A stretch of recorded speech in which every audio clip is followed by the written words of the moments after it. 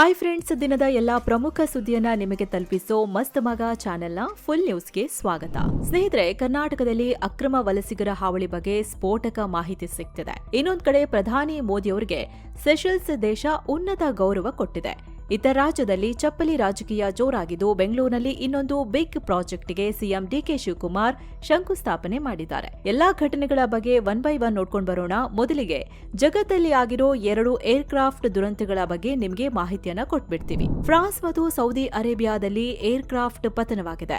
ಮೊದಲಿಗೆ ಸೌದಿ ಅರೇಬಿಯಾದಲ್ಲಾಗಿರೋ ದುರಂತ ನೋಡೋದಾದ್ರೆ, ಮಿಡ್ಲ್ ಈಸ್ಟ್ನ ದಿಗ್ಗಜ ತೈಲ ಕಂಪನಿ ಅರಾಮ್ಕೋಗೆ ಸೇರಿದ ಹೆಲಿಕಾಪ್ಟರ್ ಪತನಗೊಂಡಿದೆ. ಪರಿಣಾಮ 14 ಮಂದಿ ಸ್ಥಳದಲ್ಲೇ ಪ್ರಾಣ ಬಿಟ್ಟಿದ್ದಾರೆ. ಸೌದಿಯ ರಾಸ್ ತನೂರಾ ಪಟ್ಟಣದ ಸಮೀಪ ಈ ದುರಂತ ಆಗಿದೆ. ಘಟನೆಗೆ ಕಾರಣ ಏನು ಅಂತ ಸೌದಿ ಆಡಳಿತ ತನಿಖೆ ನಡೆಸುತ್ತಿದೆ.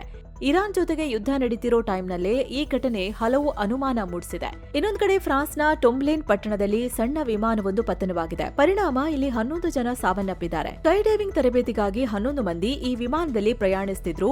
5 ತರಬೇತುದಾರರು, 5 ವಿದ್ಯಾರ್ಥಿಗಳು ಮತ್ತು ಓರ್ವ ಪೈಲಟ್ ಇದ್ರು. ತಮ್ಮ ಮೊದಲ ಸ್ಕೈ ಡೈವಿಂಗ್ ಅನುಭವಕ್ಕಾಗಿ ಅವರೆಲ್ಲರೂ ತೆರಳಿದ್ರು. ಆದ್ರೆ ವಿಮಾನ ಟೇಕ್ ಆಫ್ ಆದ ಸ್ವಲ್ಪ ಹೊತ್ತಿನಲ್ಲೇ ಈ ದುರಂತ ಆಗೋಗಿದೆ. ಈ ಅಪಘಾತದ ಬಗ್ಗೆನೂ ತನಿಖೆ ಶುರುವಾಗಿದೆ. ಇನ್ನು ಪ್ರಧಾನಿ ಮೋದಿಯವರ ಕ್ಯಾಬಿನೆಟ್ ರೀಶಫಲ್ ಕುರಿತು ಮತ್ತಷ್ಟು ಇಂಟ್ರೆಸ್ಟಿಂಗ್ ಸುದ್ದಿಗಳು ಹೊರಬರ್ತಿವೆ. ನೀಟ್ ಸೋರಿಕೆ ವಿವಾದದಿಂದಾಗಿ ಶಿಕ್ಷಣ ಸಚಿವ ಧರ್ಮೇಂದ್ರ ಪ್ರಧಾನ್ ಅವರನ್ನ ಮೋದಿ ಸಂಪುಟದಿಂದ ಕೈ ಬಿಡೋದು ಬಹುತೇಕ ಖಚಿತ ಎನ್ನಲಾಗ್ತಿದೆ. ಒಬ್ಬ ವ್ಯಕ್ತಿ ಒಂದು ಹುದ್ದೆ ನಿಯಮದಡಿ ಹಲವು ಸಚಿವರು ತಮ್ಮ ಸ್ಥಾನ ಕಳ್ಕೊಳ್ಳಿದ್ದಾರೆ. ಅದರಲ್ಲಿ ಧರ್ಮೇಂದ್ರ ಪ್ರಧಾನ್ರನ್ನ ಕೂಡ ಕೈ ಬಿಡಬಹುದು ಎನ್ನಲಾಗ್ತಿದೆ. ಇವರಿಗೆ ಪಕ್ಷದ ಹುದ್ದೆ ಕೊಡೋಕೆ ಬಿಜೆಪಿ ತೀರ್ಮಾನ ಮಾಡಿದೆ ಅಂತ ಮಾಹಿತಿ ಸಿಗ್ತಿದೆ. ಅಲ್ಲದೆ ಮುಂಬರೋ ಅಸೆಂಬ್ಲಿ ಎಲೆಕ್ಷನ್ಗಳನ್ನ ಗಮನದಲ್ಲಿಟ್ಕೊಂಡು ಯುಪಿ ಹಾಗೂ ಪಂಜಾಬ್ನ ಹೊಸ ನಾಯಕರಿಗೆ ಮಂತ್ರಿ ಸ್ಥಾನ ಕೊಡೋಕೆ ಬಿಜೆಪಿ ಮುಂದಾಗಿದೆಯಂತೆ. ಇನ್ನು ಸಂಪುಟದಿಂದ ಕೈಬಿಡೋ ಕೆಲವು ಹಿರಿಯ ಸಚಿವರನ್ನ ರಾಜ್ಯಪಾಲರನ್ನಾಗಿ ನೇಮಿಸೋ ಲೆಕ್ಕಾಚಾರ ಕೂಡ ನಡೆದಿದೆ. ಇದೇ ಜುಲೈಗೆ ಕರ್ನಾಟಕದ ರಾಜ್ಯಪಾಲ ಥಾವರ್ ಚಂದ್ ಗೆಹ್ಲೋಟ್, ಮಧ್ಯಪ್ರದೇಶದ ರಾಜ್ಯಪಾಲ ಮಂಗುಭಾಯ್ ಪಟೇಲ್ ಅವಧಿ ಮುಗಿಯಲಿದೆ. ಉತ್ತರಾಖಂಡದ ರಾಜ್ಯಪಾಲ ಗುರ್ಮಿತ್ ಸಿಂಗ್ ಅವಧಿ ಕೂಡ ಸೆಪ್ಟೆಂಬರ್ಗೆ ಅಂತ್ಯವಾಗುತ್ತೆ. ಇನ್ನು ಬಿಜೆಪಿ ರಾಷ್ಟ್ರಾಧ್ಯಕ್ಷ ನಿತಿನ್ ನಬೀನ್ ನೇತೃತ್ವದಲ್ಲಿ ಪಕ್ಷದ ಹೊಸ ಟೀಮ್ ಕೂಡ ರಚನೆಯಾಗಲಿದೆ. ಹೀಗಾಗಿ ಸಂಪುಟದಲ್ಲಿರೋ ಕೆಲವರನ್ನ ಪಕ್ಷದ ಸಂಘಟನೆಗೆ ಮತ್ತು ಇನ್ನೂ ಕೆಲವರನ್ನ ರಾಜ್ಯಪಾಲರನ್ನಾಗಿ ಮಾಡೋಕೆ ಬಿಜೆಪಿ ಚಿಂತನೆ ನಡೆಸಿದೆ ಅಂತ ಗೊತ್ತಾಗಿದೆ. ಇನ್ನು ಸಂಪುಟ ಪುನರ್ರಚನೆ ಆದರೆ ಜುಲೈ 21ರ ಒಳಗೆ ಆಗೋ ಸಾಧ್ಯತೆ ಇದೆ. ಯಾಕಂದ್ರೆ ಜುಲೈ 21ರ ನಂತರ ಸಂಸತ್ ಅಧಿವೇಶನ ಇದೆ. ಸದ್ಯ ಪ್ರಧಾನಿ ಮೋದಿ ಜೂನ್ 29ಕ್ಕೆ ಅಂದ್ರೆ ಸೋಮವಾರ ಸೆಷಲ್ಸ್ ಪ್ರವಾಸ ಮುಗಿಸಿ ಭಾರತಕ್ಕೆ ವಾಪಸ್ ಆಗ್ತಿದ್ದಾರೆ. ಹಾಗೆ ಜುಲೈ 1ರಿಂದ 3ರವರೆಗೆ ಜಪಾನ್ ಪ್ರಧಾನಿ ಸನೆ ತಕೇಚಿ ಭಾರತದಲ್ಲಿರ್ತಾರೆ. ಇದಾದ್ಮೇಲೆ ಜುಲೈ 6ರಿಂದ 11ರವರೆಗೆ ಮೋದಿ ಇಂಡೋನೇಷ್ಯಾ, ಆಸ್ಟ್ರೇಲಿಯಾ ಹಾಗೂ ನ್ಯೂಜಿಲೆಂಡ್ಗೆ ಭೇಟಿ ನೀಡೋ ಲೆಕ್ಕಾಚಾರ ಇದೆ. ಹೀಗಾಗಿ ಈ ಗ್ಯಾಪ್ ನೋಡಿಕೊಂಡು ಸಂಪುಟ ವಿಸ್ತರಣೆ ಮಾಡೋಕೆ ಸಿದ್ಧತೆ ನಡೆಯುತ್ತಿದೆ. ಇನ್ನು ರಾಜ್ಯದ ಗೃಹ ಇಲಾಖೆ ಆಘಾತಕಾರಿ ವರದಿ ನೀಡಿದೆ. ರಾಜ್ಯದಲ್ಲಿ ಒಟ್ಟು 13,675 ಅಕ್ರಮ ವಲಸಿಗರು ಇದ್ದಾರೆ ಅಂತ ಹೇಳಿದೆ. ಬೆಂಗಳೂರು ನಗರವೊಂದರಲ್ಲೇ ಅತಿ ಹೆಚ್ಚು ಅಂದ್ರೆ 10,650ಕ್ಕೂ ಹೆಚ್ಚು ಜನ ಇದ್ದಾರೆ.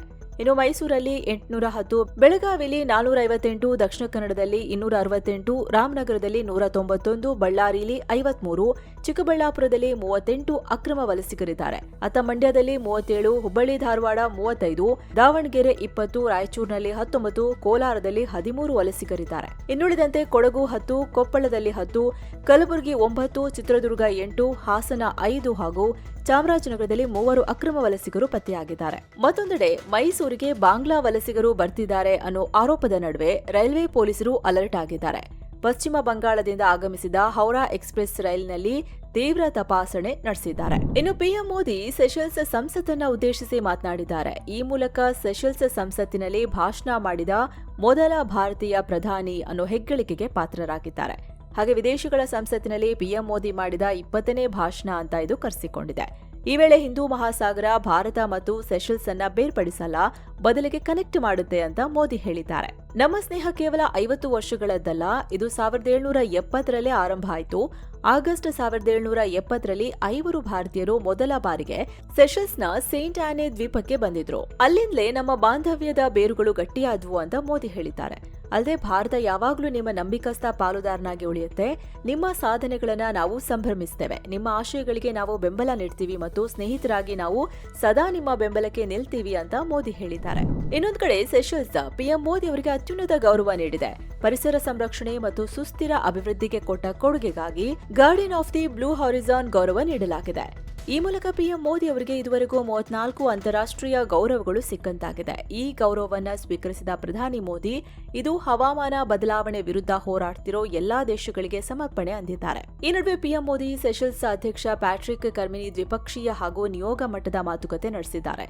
ಶಿಕ್ಷಣ, defence, maritime security, space, health care ಮತ್ತು ಕೃಷಿ ಕ್ಷೇತ್ರದಲ್ಲಿನ ಸಹಕಾರಕ್ಕಾಗಿ ಒಟ್ಟು 19 ಒಪ್ಪಂದಗಳನ್ನು ಮಾಡಿಕೊಳ್ಳಲಾಗಿದೆ. ಸೆಷಲ್ಸ್ನಲ್ಲಿ ಭಾರತದ ಪೇಮೆಂಟ್ ಸಿಸ್ಟಮ್ ಯುಪಿಐ ಜಾರಿಗೊಳಿಸೋಕೆ ಇಬ್ರು ಒಪ್ಪಿಕೊಂಡಿದ್ದಾರೆ. ಇನ್ನು ಸ್ನೇಹಿತರೆ, ಸೆವೆನ್ ಸ್ಯಾಂಡ್ಸ್ ಟೂರಿಸಂನವರು ಒಂದು ಸ್ಪೆಷಲ್ ಟ್ರಿಪ್ ಆಯೋಜಿಸಿದ್ದಾರೆ. ಈ ಟ್ರಿಪ್ನಲ್ಲಿ ನೀವು ಪುರಿ ಜಗನ್ನಾಥ, ಕೋನಾರ್ಕ್, ಬಿರಜಾದೇವಿ ಶಕ್ತಿಪೀಠ, ತಾರಾತಾರಿಣಿ ಶಕ್ತಿಪೀಠ, ಚಿಲ್ಕಾ ಲೇಕ್, ಭುವನೇಶ್ವರ ಮತ್ತು ಉದಯಗಿರಿ ಗುಹೆಗಳನ್ನು ನೋಡಬಹುದು. All inclusive package. ಆಸಕ್ತರು ಕೆಳಗಡೆ ಇರೋ ನಂಬರ್ಗೆ ಕಾಲ್ ಮಾಡಿ ಈಗಲೇ ನಿಮ್ಮ ಸೀಟ್ ಬುಕ್ ಮಾಡಿಕೊಳ್ಳಿ. ಇನ್ನು ಪಂಜಾಬ್ನ ಅಮೃತಸರದಲ್ಲಿ ಸೀತಾದೇವಿ ಮತ್ತು ಲವಕುಶರ ದೇವಸ್ಥಾನ ಕಟ್ತೀವಿ ಅಂತ ಆಪ್ ನಾಯಕ ಅರವಿಂದ್ ಕೇಜ್ರಿವಾಲ್ ಘೋಷಿಸಿದ್ದಾರೆ. ಇತ್ತೀಚೆಗೆ ಕೇಜ್ರಿವಾಲ್ ರಾಮ ಮಂದಿರಕ್ಕೂ ಭೇಟಿ ಕೊಟ್ಟಿದ್ರು. ಅದಾದ ತಕ್ಷಣ ಕೇಜ್ರಿವಾಲ್ ಈ ಅನೌನ್ಸ್ಮೆಂಟ್ ಮಾಡಿದ್ದಾರೆ. ಇದು ರಾಜಕೀಯವಾಗಿ ತೀವ್ರ ಚರ್ಚೆಗೆ ಗ್ರಾಸವಾಗಿದೆ. ನಿನ್ನೆವರೆಗೆ ರಾಮ ಮಂದಿರ ಬಗ್ಗೆ ಟೀಕೆ ಮಾಡಿದವರೆಲ್ಲ ಈಗ ಸಡನ್ ಆಗಿ ಮಂದಿರ ಕಟ್ಟೋಕೆ ಮುಂದಾಗಿದ್ದಾರೆ ಅಂತ ಬಿಜೆಪಿ ಹೇಳಿದೆ. ಅತ್ತ ಕಾಂಗ್ರೆಸ್ ನಾಯಕ ರಾಜೇಂದ್ರ ಪಾಲ್ ಕೇಜ್ರಿವಾಲ್ ಬಿಜೆಪಿ ಪರ ಕೆಲಸ ಮಾಡ್ತಿದ್ದಾರೆ ಅಂತ ಆರೋಪ ಮಾಡಿದ್ದಾರೆ. ಶಿಂದೆ ಬಣದ ಶಿವಸೇನೆ ಕೂಡ ಪಂಜಾಬ್ನಲ್ಲಿ ಸದ್ಯ ಆಪ್ ಪ್ರಭಾವ ಕುಗ್ತಿದೆ. ಮುಂದೆ ಎಲೆಕ್ಷನ್ ಇದೆ, ಹೀಗಾಗಿ ಕೇಜ್ರಿವಾಲ್ ಹಿಂದೂ ಮತಕ್ಕಾಗಿ ಈ ಕೆಲಸ ಮಾಡ್ತಿದ್ದಾರೆ ಅಂತ ಹೇಳಿದೆ. ಆದ್ರೆ ಇದನ್ನ ಆಮ್ ಆದ್ಮಿ ಪಕ್ಷ ಸಮರ್ಥನೆ ಮಾಡಿಕೊಂಡಿದೆ. ಅದಕ್ಕೆ ಐತಿಹಾಸಿಕ ಕಾರಣ ಕೊಟ್ಟಿದೆ. ಏನದು ಅಂದ್ರೆ, ಸಿಖ್ಖರ ಪವಿತ್ರ ಕ್ಷೇತ್ರವಾಗಿರೋ ಅಮೃತಸರಕ್ಕೂ ರಾಮಾಯಣಕ್ಕೂ ಅವಿನಾಭಾವ ನಂಟಿದೆ. ಪುರಾಣಗಳ ಪ್ರಕಾರ ಮಹರ್ಷಿ ವಾಲ್ಮೀಕಿ ಆಶ್ರಮ ಇದೇ ಅಮೃತಸರದಲ್ಲಿತ್ತು. ಅಯೋಧ್ಯೆಯಿಂದ ಹೊರಬಂದ ಮೇಲೆ ಸೀತಾದೇವಿ ಇದೇ ಆಶ್ರಮದಲ್ಲಿ ಆಶ್ರಯ ಪಡೆದಿದ್ರು ಅಂತ ಹೇಳಲಾಗುತ್ತೆ. ಜೊತೆಗೆ ಲವಕುಶರ ಜನನ, ವಿದ್ಯಾಭ್ಯಾಸ ಹಾಗೂ ಶ್ರೀರಾಮನ ಅಶ್ವಮೇಧ ಯಾಗದ ಕುದುರೆಯನ್ನ ಲವಕುಶರು ಕಟ್ಟಿಹಾಕಿದ್ದು ಕೂಡ ಇದೇ ಜಾಗದಲ್ಲಿ ಅನ್ನೋ ಪ್ರತೀತಿ ಇದೆ. ಸದ್ಯ ಅಮೃತಸರದಿಂದ 11 ಕಿಲೋಮೀಟರ್ ದೂರದಲ್ಲಿ ಭಗವಾನ್ ವಾಲ್ಮೀಕಿ ತೀರ್ಥ ಸ್ಥಾನ ಅನ್ನೋ ಮಂದಿರವಿದೆ. ಈಗ ಅದರ ಪಕ್ಕದಲ್ಲೇ ಸೀತಾಮಾತೆ ಹಾಗೂ ಲವಕುಶರ ಹೊಸ ಮಂದಿರವನ್ನ ಕಟ್ಟೋಕೆ ಪ್ಲಾನ್ ಮಾಡಲಾಗಿದೆ. ಆದ್ರೆ ಇದು ಕೇಜ್ರಿವಾಲ್ರ ಸಾಫ್ಟ್ ಹಿಂದುತ್ವ, ವಾಲ್ಮೀಕಿ ಸಮುದಾಯ ಮತ ಪಡೆಯೋಕೆ ಆಮ್ ಆದ್ಮಿ ಪಾರ್ಟಿ ಮಾಡ್ತಿರೋ ತಂತ್ರ ಅಂತ ಅವರ ರಾಜಕೀಯ ಎದುರಾಳಿಗಳು ಟೀಕೆ ಮಾಡಿದ್ದಾರೆ. ಮತ್ತೊಂದು ಕಡೆ ಬಿಡದಿ ಟೌನ್ಶಿಪ್ ಯೋಜನೆ ವಿರೋಧಿಸಿ ರೈತರು ಅಪ್ಪಿಕೋ ಚಳುವಳಿ ಶುರು ಮಾಡಿದ್ದಾರೆ. ಮರಗಳನ್ನ ರಕ್ಷಿಸಿ, ನಮ್ಮ ಜಮೀನನ್ನ ಸರ್ಕಾರಕ್ಕೆ ಕೊಡಲ್ಲ ಅಂತ ಹೇಳಿ ಬನ್ನಿಗಿರಿ ಗ್ರಾಮದಲ್ಲಿ ಮರಗಳನ್ನ ತಬ್ಬಿ ಪ್ರತಿಭಟನೆ ಮಾಡಿದ್ದಾರೆ. ಈ ಅಪ್ಪಿಕೋ ಅನ್ನೋದು 1983ರಲ್ಲಿ ರಾಜ್ಯದಲ್ಲಿ ಪರಿಸರ ಸಂರಕ್ಷಣೆಗಾಗಿ ನಡೆದ ದೊಡ್ಡ ಜನಪರ ಯಶಸ್ವಿ ಚಳುವಳಿ. ಅದೇ ಮಾದರಿಯಲ್ಲಿ ಬಿಡದಿ ಟೌನ್ಶಿಪ್ ಯೋಜನೆ ವಿರುದ್ಧ ರೈತರು ಪ್ರೊಟೆಸ್ಟ್ ಮಾಡ್ತಿದ್ದಾರೆ.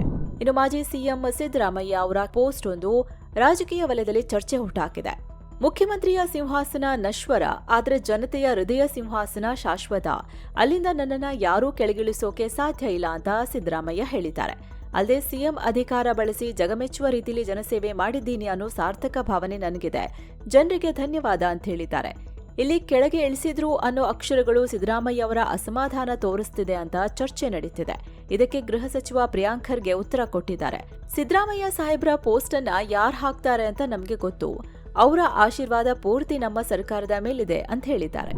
ಇನ್ನು ಚಿಕ್ಕಬಳ್ಳಾಪುರ ಕಾಂಗ್ರೆಸ್ ಶಾಸಕ ಪ್ರದೀಪ್ ಈಶ್ವರ್ಗೆ ಚಪ್ಪಲಿ ಎಸೆದ ಪ್ರಕರಣದಲ್ಲಿ ಬಿಜೆಪಿ ಹಾಗೂ ಜೆಡಿಎಸ್ನ ಕನಿಷ್ಠ 4 ಕಾರ್ಯಕರ್ತರು ಅರೆಸ್ಟ್ ಆಗಿದ್ದಾರೆ. ಶನಿವಾರ ನಡೆದ ಕೆಂಪೇಗೌಡ ಜಯಂತಿ ಮೆರವಣಿಗೆ ವೇಳೆ ಪ್ರದೀಪ್ ಈಶ್ವರ್ ಜೆಡಿಎಸ್ ಕಾರ್ಯಕರ್ತರಿಗೆ ತೋಳು ತಟ್ಟಿ ಮೀಸೆ ತಿರುವಿ ಸವಾಲು ಹಾಕಿದ್ರು. ಇದರಿಂದ ಸಿಟ್ಟಿಗೆದ್ದ ಕಾರ್ಯಕರ್ತರು ಶಾಸಕರಾದ ಚಪ್ಪಲಿ ತೂರಿ ನಿಂದಿಸಿದ್ರು. ಇನ್ನು ಈ ಘಟನೆಗೆ ಕೆಪಿಸಿಸಿ ಅಧ್ಯಕ್ಷ ಬಿಕೆ ಹರಿಪ್ರಸಾದ್ ತೀವ್ರ ಆಕ್ರೋಶ ವ್ಯಕ್ತಪಡಿಸಿದ್ದಾರೆ. ಇದೊಂದು ಹೇಯ ಹಾಗೂ ಹೇಡಿತನದ ಕೃತ್ಯ. ಪ್ರದೀಪ್ ಈಶ್ವರ್ ಧೈರ್ಯ ಕಳ್ಕೋಬಾರದು, ಇಡೀ ಕಾಂಗ್ರೆಸ್ ನಿಮ್ಮ ಜೊತೆ ಇದೆ ಅಂತ ಹರಿಪ್ರಸಾದ್ ಹೇಳಿದ್ದಾರೆ. ಇನ್ನು ಆರ್ಎಸ್ಎಸ್ ಮತ್ತದರ ಕಾರ್ಯಕರ್ತರ ವಿರುದ್ಧ ಅವಹೇಳನಕಾರಿ ಹೇಳಿಕೆ ನೀಡಿದ ಆರೋಪದ ಮೇಲೆ ಗೃಹ ಸಚಿವ ಪ್ರಿಯಾಂಕ್ ಖರ್ಗೆಗೆ ಕೋರ್ಟ್ ಸಮನ್ಸ್ ಜಾರಿ ಮಾಡಿದೆ. ಯುವ ಕಾಂಗ್ರೆಸ್ ನಾಯಕ ಮೊಹಮ್ಮದ್ ನಲಪಾಡ್ಗೂ ಸಮನ್ಸ್ ನೀಡಲಾಗಿದೆ. ಬೆಂಗಳೂರಿನ 42ನೇ ಎಸಿಎಂಎಂ ಕೋರ್ಟ್ ಈ ಆದೇಶ ಹೊರಡಿಸಿದೆ. ಜುಲೈ 21ರಂದು ಖುದ್ದು ಕೋರ್ಟ್ಗೆ ಹಾಜರಾಗಿ ಅಂತ ಸೂಚನೆಯನ್ನ ನೀಡಿದೆ. ಇನ್ನು ವಿಚಾರಣೆ ವೇಳೆ ಈ ಆರೋಪ ಸಾಬೀತಾದ್ರೆ ಇಬ್ಬರಿಗೂ ಗರಿಷ್ಠ 2 ವರ್ಷಗಳ ಜೈಲು ಶಿಕ್ಷೆ ಅಥವಾ ದಂಡ ಅಥವಾ ಎರಡನ್ನೂ ವಿಧಿಸೋ ಸಾಧ್ಯತೆ ಇರುತ್ತೆ. ಇನ್ನು ಬೆಂಗಳೂರಿನ ಮೊದಲ ಟನಲ್ ರಸ್ತೆ ನಿರ್ಮಾಣ ಕಾಮಗಾರಿಗೆ ಅಧಿಕೃತ ಚಾಲನೆ ಸಿಕ್ಕಿದೆ. ಸಿಎಂ ಡಿಕೆ ಶಿವಕುಮಾರ್ ಗುದ್ದಲಿ ಪೂಜೆ ಮಾಡಿದ್ದಾರೆ. ಈ ವೇಳೆ ಮಾತನಾಡಿದ ಸಿಎಂ, ಈ ಸುರಂಗ ಮಾರ್ಗ ಸಂಪೂರ್ಣ ಟೋಲ್ ಫ್ರೀ ಆಗಿರಲಿದೆ, ಸಾರ್ವಜನಿಕರು ಯಾವುದೇ ಹಣ ನೀಡಬೇಕಿಲ್ಲ ಅಂದಿದ್ದಾರೆ. ಅಲ್ಲದೆ ಈ ರಸ್ತೆಯಿಂದ ಟ್ರಾಫಿಕ್ ಸಮಸ್ಯೆ ಕಡಿಮೆಯಾಗಿ ಲಕ್ಷಾಂತರ ಜನರ ಪ್ರಯಾಣದ ಸಮಯ ಉಳಿಯಲಿದೆ ಅಂತ ಹೇಳಿದ್ದಾರೆ. ಇನ್ನು ಈ ಟನಲ್ ರಸ್ತೆ ಹೆಬ್ಬಾಳ ಜಂಕ್ಷನ್ನಿಂದ ಶುರುವಾಗಿ ಮೇಕ್ರಿ ಸರ್ಕಲ್ ಬಳಿ ಕೊನೆಯಾಗಲಿದೆ. ಬರೋಬ್ಬರಿ 1,139 ಕೋಟಿ ರೂಪಾಯಿ ವೆಚ್ಚದಲ್ಲಿ ಇದು ನಿರ್ಮಾಣವಾಗ್ತಿದೆ. ಒಟ್ಟು 2.2 ಕಿಲೋಮೀಟರ್ ಉದ್ದದ ಈ ಸುರಂಗ 6 ಪಥಗಳನ್ನು ಹೊಂದಿರುತ್ತೆ. ಕಾಮಗಾರಿ ಮುಗಿಸೋಕೆ ರಿತ್ವಿಕ್ ಟನಲ್ ಕಂಪನಿಗೆ ಕೇವಲ 18 ತಿಂಗಳ ಡೆಡ್ಲೈನ್ ನೀಡಲಾಗಿದೆ. ಯೋಜನೆಯ ಉಸ್ತುವಾರಿಯನ್ನ ಬಿಡಿಎ ವಹಿಸಿಕೊಂಡಿದೆ. ಇನ್ನು ಶನಿವಾರ ಬೆಂಗಳೂರಲ್ಲಿ ಕೇವಲ 12 ಗಂಟೆಗಳಲ್ಲಿ 15 ಲಕ್ಷ ಸಸಿಗಳನ್ನು ನೆಟ್ಟು ಗಿನ್ನಿಸ್ ದಾಖಲೆ ನಿರ್ಮಿಸಲಾಗಿದೆ. ನಾಡಪ್ರಭು ಕೆಂಪೇಗೌಡರ ಜಯಂತಿ ಅಂಗವಾಗಿ ಈ ಅಭಿಯಾನ ಹಮ್ಮಿಕೊಳ್ಳಲಾಗಿತ್ತು. ಬಿಡಿಎ ವ್ಯಾಪ್ತಿಯ ವಿವಿಧ ಬಡಾವಣೆಗಳ 244 ಎಕರೆ ಜಾಗದಲ್ಲಿ ಮಿಯಾವಾಕಿ ಮಾದರಿ ಸಸಿಗಳನ್ನು ನೆಡಲಾಗಿದೆ. ಈ ಮೂಲಕ ಈ ಹಿಂದೆ 12 ಲಕ್ಷ ಗಿಡ ನೆಡೋ ಮೂಲಕ ಇಂದೋರ್ ನಿರ್ಮಿಸಿದ್ದ ದಾಖಲೆ ಮುರಿಯಲಾಗಿದೆ. ಇನ್ನು ಸಿಎಂ ಡಿಕೆ ಶಿವಕುಮಾರ್ ರಾಜ್ಯದಲ್ಲಿ ಪಾನ್ ಮಸಾಲ ಮತ್ತು ಗುಟ್ಕಾ ಪದಾರ್ಥಗಳನ್ನು ಸಂಪೂರ್ಣ ಬ್ಯಾನ್ ಮಾಡೋದಾಗಿ ಎಚ್ಚರಿಸಿದ್ದಾರೆ. ಈ ಪಾನ್ ಮಸಾಲ, ಗುಟ್ಕಾ ಹಾಗೂ ಅಡಿಕೆ ಪದಾರ್ಥಗಳಲ್ಲಿ ಸ್ವಲ್ಪ ಅಮಲು ಪದಾರ್ಥಗಳನ್ನು ಬೆರೆಸಿ ಮಾರಾಟ ಮಾಡ್ತಿರೋದು ನಮ್ಮ ಗಮನಕ್ಕೆ ಬಂದಿದೆ. ಇದು ತಕ್ಷಣ ಇಲ್ಲಿಗೆ ನಿಲ್ಲಬೇಕು, ಇಲ್ದಿದ್ರೆ ಸಂಪೂರ್ಣವಾಗಿ ನಿಷೇಧಿಸಬೇಕಾಗುತ್ತೆ ಅಂತ ಸಿಎಂ ಹೇಳಿದ್ದಾರೆ. ಬೆಂಗಳೂರಿನಲ್ಲಿ ನಡೆದ ನಶಾ ಮುಕ್ತ ಭಾರತ ಅಭಿಯಾನದಲ್ಲಿ ಡಿಕೆಶಿ ಈ ಸ್ಟೇಟ್ಮೆಂಟ್ ಕೊಟ್ಟಿದ್ದಾರೆ. ಇನ್ನು ರಾಮ ಮಂದಿರ ದೇಣಿಗೆ ದುರ್ಬಳಕೆ ಕೇಸ್ನಲ್ಲಿ ಮತ್ತಷ್ಟು ಸ್ಫೋಟಕ ಮಾಹಿತಿ ಲಭ್ಯವಾಗಿದೆ. ದೇಣಿಗೆ ಲೂಟಿ ಪ್ರಕರಣ ಪಬ್ಲಿಕ್ ಆಗೋ ಮೊದಲೇ ಅಂದ್ರೆ ಜೂನ್ 5ರಂದೇ ರಾಮ ಮಂದಿರ ಟ್ರಸ್ಟ್ನವರಿಗೆ ಇದರ ಸುಳಿವು ಸಿಕ್ಕಿತ್ತು. ಚಂಪತ್ ರಾಯ್ ಸೂಚನೆಯ ಮೇರೆಗೆ ಟ್ರಸ್ಟ್ನವರು ಪೊಲೀಸರೊಂದಿಗೆ ಆರೋಪಿ ಅವಿನಾಶ್ ಶುಕ್ಲಾನ ಮನೆ ಮೇಲೆ ದಾಳಿ ನಡೆಸಿ ಹಣ ವಶಪಡಿಸಿಕೊಂಡಿದ್ರು ಅಂತ ಗೊತ್ತಾಗಿದೆ. ಜೂನ್ 5ರಂದೇ ಇದು ಪೊಲೀಸರ ಗಮನಕ್ಕೆ ಬಂದಿದ್ರೂ ಕೂಡ ಜೂನ್ 7ರವರೆಗೆ ಯಾವುದೇ ಅಧಿಕೃತ ಎಫ್ಐಆರ್ ದಾಖಲಿಸಿರಲಿಲ್ಲ. ಹಾಗೆ ಟ್ರಸ್ಟ್ ಕೂಡ ಯಾವುದೇ ದೂರು ನೀಡಿರಲಿಲ್ಲ ಅಂತ ಹೇಳಲಾಗ್ತಿದೆ. ಇನ್ನು ಈ ಅವಿನಾಶ್ ಶುಕ್ಲಾನನ್ನ ಪೊಲೀಸರು ವಶಕ್ಕೆ ಪಡೆದಿರೋ ಸಿಸಿಟಿವಿ ದೃಶ್ಯಾವಳಿ ಕೂಡ ಸಿಕ್ಕಿದೆ. ಈ ಟೈಮ್ನಲ್ಲಿ ಕಪ್ಪು ಬಣ್ಣದ ಬ್ಯಾಗ್ ಪೊಲೀಸರ ಕೈಯಲ್ಲಿರೋದು ಕಾಣಿಸಿದೆ. ಇನ್ನು ಈ ದೇಣಿಗೆ ಹಗರಣದಲ್ಲಿ ಬಂಧಿತರಾಗಿರೋ 8 ಆರೋಪಿಗಳ ಮನೆ ಮೇಲೆ ಪೊಲೀಸರು ದಾಳಿ ನಡೆಸಿದ್ದಾರೆ. ಮನೆಯಲ್ಲಿದ್ದ ದಾಖಲೆಗಳು, ಅವರ ವ್ಯವಹಾರಗಳು ಮತ್ತು ಆರೋಪಿಗಳ ಆಪ್ತರ ಬಗ್ಗೆ ಮಾಹಿತಿಯನ್ನ ಸಂಗ್ರಹಿಸಿದ್ದಾರೆ. ಇನ್ನು ಅಮರನಾಥ ಯಾತ್ರೆಯ ಮಾರ್ಗಗಳಲ್ಲಿ ಜಮ್ಮು ಕಾಶ್ಮೀರ ಪೊಲೀಸರು ವಿಶೇಷ ಕಾರ್ಯಾಚರಣೆ ನಡೆಸಿದ್ದಾರೆ. ಒಟ್ಟು 18 ಪ್ರಮುಖ ಸ್ಥಳಗಳಲ್ಲಿ ಮಾಕ್ ಡ್ರಿಲ್ ನಡೆಸಲಾಗಿದೆ. ಜಮ್ಮು ಕಾಶ್ಮೀರ ಪೊಲೀಸರು ಎನ್ಡಿಆರ್ಎಫ್, ಎಸ್ಡಿಆರ್ಎಫ್ ಮತ್ತು ಸಿಆರ್ಪಿಎಫ್ ಸಿಬ್ಬಂದಿ ಈ ತಂಡದಲ್ಲಿದ್ದಾರೆ. ಒಟ್ಟು 57 ದಿನಗಳ ಕಾಲ ಈ ಬಾರಿಯ ಅಮರನಾಥ ಯಾತ್ರೆ ನಡೆಯಲಿದೆ. ಜುಲೈ 3ರಿಂದ 2 ಮಾರ್ಗಗಳಲ್ಲಿ ಯಾತ್ರೆಗೆ ಅಧಿಕೃತವಾಗಿ ಚಾಲನೆ ಸಿಗಲಿದೆ. ಇತ್ತ ಪಾಕಿಸ್ತಾನದ ಆರೋಪಕ್ಕೆ ಭಾರತ ತೀಕ್ಷ್ಣ ತಿರುಗೇಟು ಕೊಟ್ಟಿದೆ. ಕರಾಚಿಯಲ್ಲಿ ನಡೆದ ದಾಳಿಯಲ್ಲಿ ಭಾರತದ ಕೈವಾಡವಿದೆ ಅಂತ ಪಾಕ್ ಆರೋಪ ಮಾಡಿತ್ತು. ಈಗ ಭಾರತ ಇದು ಆಧಾರರಹಿತ ಮತ್ತು ಸುಳ್ಳು ಆರೋಪ ಅಂತ ಹೇಳಿದೆ. ಬೇರೆಯವರ ಮೇಲೆ ಬೆರಳು ಮಾಡೋದನ್ನ ಬಿಟ್ಟು ಪಾಕಿಸ್ತಾನ ಆತ್ಮಾವಲೋಕನ ಮಾಡಿಕೊಳ್ಳಲಿ ಅಂತ ವಿದೇಶಾಂಗ ಇಲಾಖೆ ಚಾಟಿ ಬೀಸಿದೆ. ತನ್ನ ನೆಲದಲ್ಲಿರೋ ಉಗ್ರ ಜಾಲಗಳನ್ನ ನಾಶಪಡಿಸೋಕೆ ಪಾಕಿಸ್ತಾನ ಪ್ರಾಮಾಣಿಕ ಕ್ರಮ ಕೈಗೊಳ್ಳಬೇಕು ಅಂತ ಹೇಳಿದೆ. ಭಯೋತ್ಪಾದನೆಯನ್ನೇ ತನ್ನ ದೇಶದ ನೀತಿಯಾಗಿ ಬಳಸೋ ಕೆಟ್ಟ ಅಭ್ಯಾಸವನ್ನ ಪಾಕಿಸ್ತಾನ ಬಿಡಬೇಕು ಅಂತ ಭಾರತ ಸಲಹೆ ನೀಡಿದೆ. ಇನ್ನು ನೀಟ್ ಪೇಪರ್ ಲೀಕ್ ಖಂಡಿಸಿ ಜೂನ್ 20ರಿಂದ ದಿಲ್ಲಿಯಲ್ಲಿ ನಡೀತಿರೋ ಕಾಕ್ರೋಚ್ ಪಾರ್ಟಿ ಪ್ರೊಟೆಸ್ಟ್ಗೆ ಸೋನಂ ವಾಂಗ್ಚುಕ್ ಸಪೋರ್ಟ್ ನೀಡಿದ್ದಾರೆ. ವಾಂಗ್ಚುಕ್ ಕೂಡ ಈ ಪ್ರತಿಭಟನೆಗೆ ಕೈಜೋಡಿಸಿ ಜಂತರ್ ಮಂತರ್ನಲ್ಲಿ ಉಪವಾಸ ಸತ್ಯಾಗ್ರಹ ಆರಂಭಿಸಿದ್ದಾರೆ. ಈ ವೇಳೆ ಶಿಕ್ಷಣ ಇಲಾಖೆಯಲ್ಲಿನ ಅವ್ಯವಸ್ಥೆಯ ನೈತಿಕ ಹೊಣೆ ಹೊತ್ತು ಕೇಂದ್ರ ಸಚಿವ ಧರ್ಮೇಂದ್ರ ಪ್ರಧಾನ್ ರಾಜೀನಾಮೆ ನೀಡಬೇಕು ಅಂತ ಪ್ರತಿಭಟನಾಕಾರರು ಆಗ್ರಹಿಸಿದ್ದಾರೆ. ಭಾರತದಲ್ಲಿರೋ ಬಾಂಗ್ಲಾ ನಾಯಕಿ ಶೇಖ್ ಹಸೀನಾ ಬಿಗ್ ಸ್ಟೇಟ್ಮೆಂಟ್ ಕೊಟ್ಟಿದ್ದಾರೆ. ಇದೇ ವರ್ಷ ನಾನು ಬಾಂಗ್ಲಾಗೆ ವಾಪಸ್ ಹೋಗ್ತೀನಿ ಅಂದಿದ್ದಾರೆ. ಎನ್ಡಿಟಿವಿ ಜೊತೆಗಿನ ಇಂಟರ್ವ್ಯೂನಲ್ಲಿ ಮಾತನಾಡಿದ್ರು. ಈ ವೇಳೆ ಬಾಂಗ್ಲಾದಲ್ಲಿ ನನ್ನ ಮೇಲೆ ಮರಣದಂಡನೆ ಶಿಕ್ಷೆ ಇದ್ರೂ ಅದಕ್ಕೆ ನಾನು ಹೆದರೋದಿಲ್ಲ. 1975ರಲ್ಲಿ ನನ್ನ ಇಡೀ ಕುಟುಂಬವನ್ನೇ ಕಳ್ಕೊಂಡಿದ್ದೇನೆ. ನನ್ನ ಮೇಲೆ ದಾಳಿ ಕೂಡ ನಡೆದಿತ್ತು. ಹೀಗಾಗಿ ನಾನು ಸಾವಿಗೆ ಅಂಜೋಳಲ್ಲ.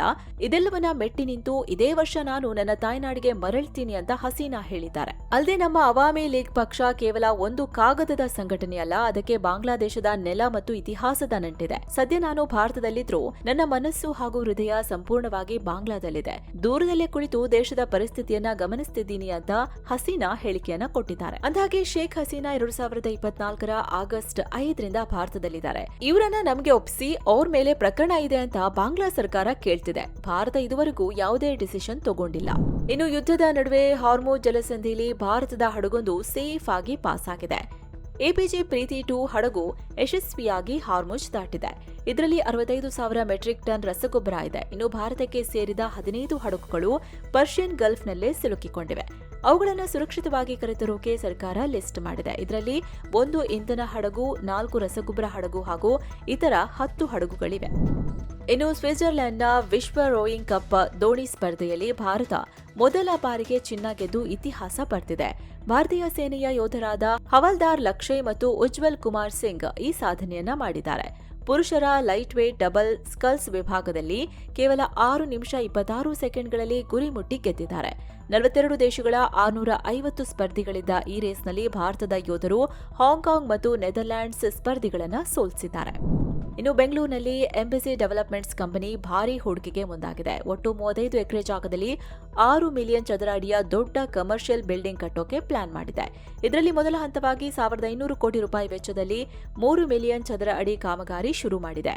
ಈ ಬಿಲ್ಡಿಂಗ್ಗಳನ್ನು ದೊಡ್ಡ ಕಾರ್ಪೊರೇಟ್ ಕಂಪನಿಗಳಿಗೆ ಬಾಡಿಗೆಗೆ ನೀಡ್ತೀವಿ ಅಂತ ಕಂಪನಿಯ ಎಂಡಿ ಆದಿತ್ಯ ವಿರ್ವಾನಿ ಹೇಳಿದ್ದಾರೆ. ಭಾರತದಲ್ಲಿ ಗ್ಲೋಬಲ್ ಕೆಪಬಿಲಿಟಿ ಸೆಂಟರ್ಗಳನ್ನು ಓಪನ್ ಮಾಡೋಕೆ ವಿದೇಶಿ ಕಂಪನಿಗಳು ಮುಂದಾಗ್ತಿವೆ. ಹೀಗಾಗಿ ಆಫೀಸ್ ಸ್ಪೇಸ್ ಹಾಗೂ ವಸತಿ ಯೋಜನೆಗಳಿಗೆ ಭಾರಿ ಡಿಮ್ಯಾಂಡ್ ಬರ್ತಿದೆ ಅಂತ ಆದಿತ್ಯ ವಿರ್ವಾನಿ ಹೇಳಿದ್ದಾರೆ. ಇನ್ನು ಟಾಟಾ ಮೋಟಾರ್ಸ್ 2031ರ ವೇಳೆಗೆ 4 ಹೊಸ ಇವಿ ಕಾರುಗಳನ್ನು ಲಾಂಚ್ ಮಾಡೋಕೆ ಮುಂದಾಗಿದೆ. ಇದರ ಜೊತೆಗೆ 10ಕ್ಕೂ ಹೆಚ್ಚು ಅಪ್ಡೇಟೆಡ್ ಮಾಡೆಲ್ಗಳನ್ನು ಮಾರುಕಟ್ಟೆಗೆ ಇಳಿಸೋಕೆ ಟಾಟಾ ಪ್ಲಾನ್ ಮಾಡಿದೆ. ಅಲ್ಲದೆ ಟಾಟಾ ತನ್ನ ಒಟ್ಟು ಕಾರುಗಳ ಸೇಲ್ಸ್ನಲ್ಲಿ ಇವಿ ಪ್ರಮಾಣವನ್ನು ಶೇಕಡ 30ರಷ್ಟು ಹೆಚ್ಚಿಸಿಕೊಳ್ಳೋ ಗುರಿ ಹೊಂದಿದೆ. ಇನ್ನು ಭಾರತ ಐರ್ಲೆಂಡ್ ಮಧ್ಯೆ 2 ಪಂದ್ಯಗಳ ಟಿ20 ಸರಣಿಯ ಕೊನೆ ಪಂದ್ಯ ಬೆಲ್ಫಾಸ್ಟ್ನಲ್ಲಿ ಶುರುವಾಗಿದೆ. ಟಾಸ್ ಗೆದ್ದ ಭಾರತ ಬೌಲಿಂಗ್ ಆಯ್ದುಕೊಂಡಿದೆ. ಮೊದಲ ಪಂದ್ಯದಲ್ಲಿ ಭಾರತ ಕಳಪೆ ಆಟ ಆಡಿ ಯಾರೂ ಊಹಿಸದ ರೀತಿಯಲ್ಲಿ 34 ರನ್ಗಳಿಂದ ಸೋತುಹೋಗಿತ್ತು. ಹೀಗಾಗಿ ಈ ಮ್ಯಾಚ್ನಲ್ಲಾದರೂ ವೈಭವ್ ಸೂರ್ಯವಂಶಿಗೆ ಚಾನ್ಸ್ ಕೊಡಬಹುದು ಎನ್ನಲಾಗ್ತಿತ್ತು. ಆದರೆ ಎರಡನೇ ಪಂದ್ಯದಲ್ಲೂ ವೈಭವ್ಗೆ ಅವಕಾಶ ಸಿಕ್ಕಿಲ್ಲ. ಇನ್ನು ಈ ವಿಡಿಯೋ ರೆಕಾರ್ಡ್ ಮಾಡೋ ಟೈಮ್ನಲ್ಲಿ ಪಂದ್ಯದ ಸ್ಥಿತಿಗತಿ ಈ ತರ ಇತ್ತು. ಸೊ ಫ್ರೆಂಡ್ಸ್, ಇದಾಗಿತ್ತು ಇವತ್ತಿನ ಫುಲ್ ನ್ಯೂಸ್. ಇನ್ನು ವಿಡಿಯೋ ಕೆಳಗೆ ಜಾಯಿನ್ ಆಪ್ಷನ್ ಇದೆ, ಆಸಕ್ತರು ಜಾಯಿನ್ ಆಗ್ಬೋದು. ಇದರಿಂದ ನಿಮಗೆ ವಿಶೇಷ ವಿಡಿಯೋಗಳು ಸಿಗುತ್ತೆ, ಹಾಗೆ ನಮ್ಮ ತಂಡಕ್ಕೆ ಬೆಂಬಲ ಕೊಟ್ಟಂತೆಯೂ ಆಗುತ್ತೆ. ಆಸಕ್ತರು ಕನ್ಸಿಡರ್ ಮಾಡಬಹುದು. ಹೀಗೆ ಮತ್ತೆ ಭೇಟಿ ಆಗ್ತಿರೋಣ. ನಮಸ್ತೆ.